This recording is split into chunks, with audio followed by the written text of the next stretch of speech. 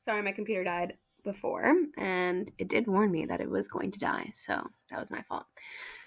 All right, but this is just continuing the summary and the notes. So again, discriminant, the number under the radical. If it's positive, there will be two solutions. And then if the discriminant is either if it's a perfect square, the two roots are going to be rational.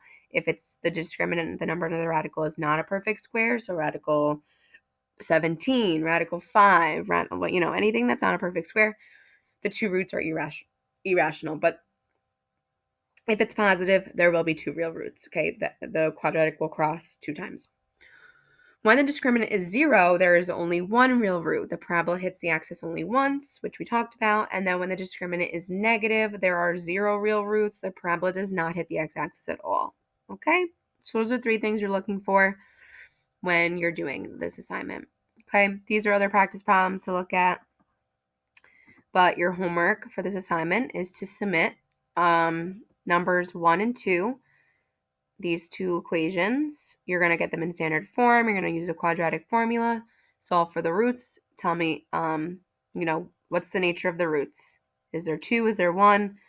Because why? What's the discriminant looking like?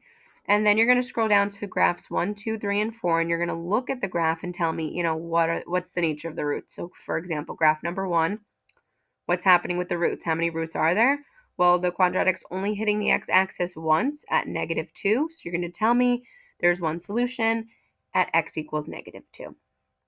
Got it? And you're going to do that for graph 1, 2, 3, and 4. You're just going to tell me how many times it crosses the x-axis and what are the roots if you can see them. I know if you print this, it might come out light if you don't increase like the color or whatever. So you don't have to print everything, right? But I know some of you like to write on the worksheet. So you're gonna submit 1, 2, and then you don't have to submit the graphs. You're just gonna tell me graph 1, 2, 3, and 4, the nature of the roots and what it is. Meaning, the quadratic crosses the x-axis once, 0 times, twice, right? It's only once, 0, or 2. It's only 2 answers, the only answers you can have. And if you can tell me the roots, tell me. And what's the nature of the discriminant then? So if there's only one root here for graph number 1, it crosses there's one root at x equals -2. That means the discriminant. If there's only one root, we can go back to our summary. If there's only one root, then the discriminant had to be 0, and that's what you would tell me. If you're seeing the quadratic crosses 0 times, that means the discriminant is negative. So that's what you're telling me, okay? Tell me as much information as possible.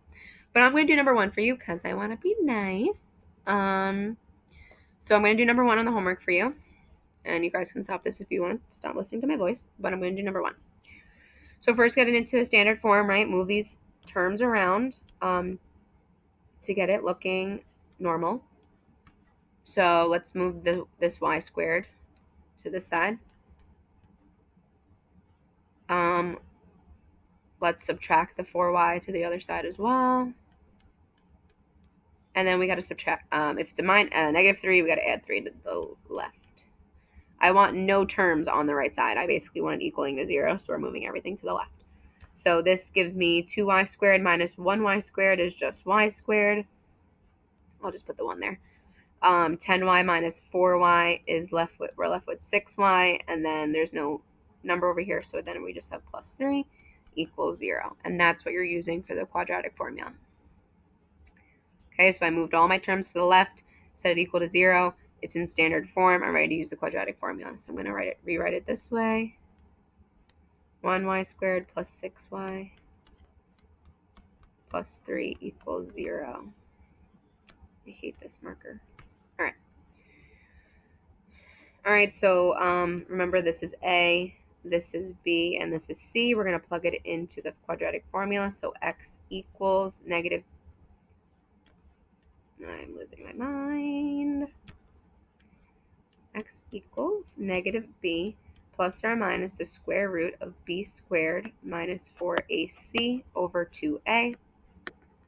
Plug this stuff in. B is 6. 6 squared minus 4. 1 is a. C is 3. Let's simplify the top. So we have 36 minus 3 times 1 is 3 times 4 is a negative 12. So inside the radical we have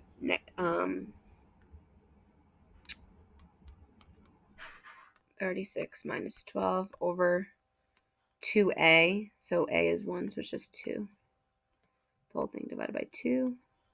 All right, let's simplify this radical. So negative 6 plus or minus the square root of 24 divided by 2. All right, so looking at this discriminant, you can tell me that it is positive, which means if it is positive and you go back to your notes, that you're going to have 2 real solutions. And is radical 24 a perfect square? Can you take the square root of 24 to get a nice number? No. So then if it's, you're going to get 2 solutions, they are just going to be irrational because 24 is not a perfect square. And then you can check this. Obviously, if you let's graph it. Y squared plus 6y plus 3.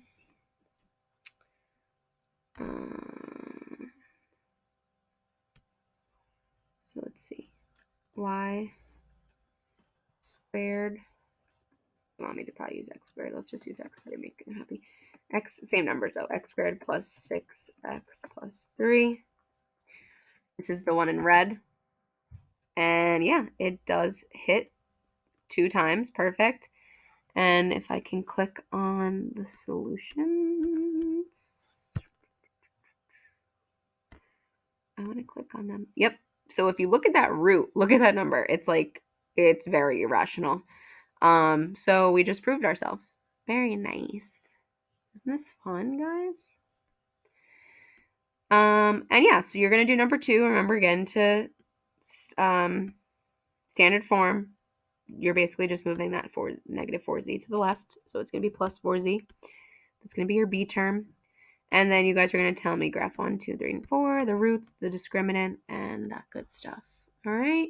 I hope you had a fabulous weekend. Tell me all about it if you want.